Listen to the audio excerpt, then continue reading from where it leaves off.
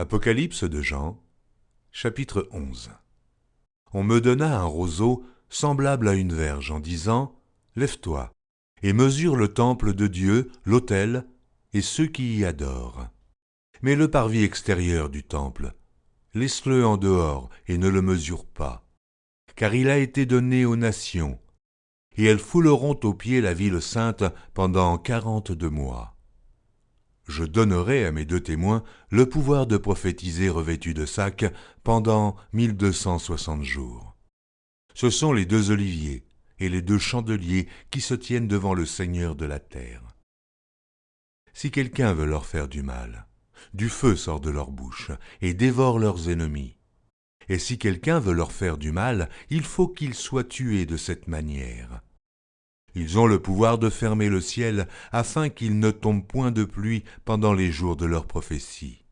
Et ils ont le pouvoir de changer les eaux en sang et de frapper la terre de toute espèce de plaie chaque fois qu'ils le voudront. Quand ils auront achevé leur témoignage, la bête qui monte de l'abîme leur fera la guerre, les vaincra et les tuera. Et leurs cadavres seront sur la place de la grande ville, qui est appelée, dans un sens spirituel, Sodome et Égypte, la même où leur Seigneur a été crucifié. Des hommes d'entre les peuples, les tribus, les langues et les nations verront leurs cadavres pendant 3 jours et demi, et ils ne permettront pas que leurs cadavres soient mis dans un sépulcre.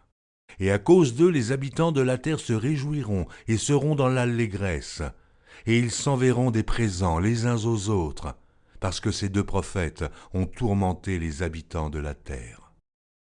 Après les 3 jours et demi, un esprit de vie venant de Dieu entra en eux, et ils se tinrent sur leurs pieds, et une grande crainte s'empara de ceux qui les voyaient. Et ils entendirent du ciel une voix qui leur disait « Montez ici !» Et ils montèrent au ciel dans la nuée, et leurs ennemis les virent. À cette heure-là, il y eut un grand tremblement de terre, et la 10e partie de la ville tomba. 7000 hommes furent tués dans ce tremblement de terre, et les autres furent effrayés et donnèrent gloire au Dieu du ciel. Le second malheur est passé, voici, le 3e malheur vient bientôt. Le 7e ange sonna de la trompette, et il y eut dans le ciel de fortes voix qui disaient « Le royaume du monde est remis à notre Seigneur et à son Christ, et il régnera au siècle des siècles. » Et les 24 vieillards, qui étaient assis devant Dieu sur leur trône, se prosternèrent sur leurs faces, et ils adorèrent Dieu, en disant « Nous te rendons grâce, Seigneur Dieu Tout-Puissant, qui est et qui était, de ce que tu as saisi ta grande puissance et pris possession de ton règne.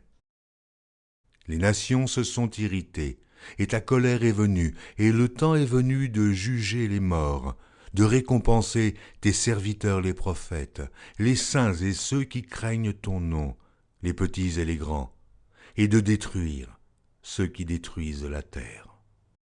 Et le temple de Dieu dans le ciel fut ouvert, et l'arche de son alliance apparut dans son temple. Il y eut des éclairs, des voix, des tonnerres, un tremblement de terre et une forte grêle.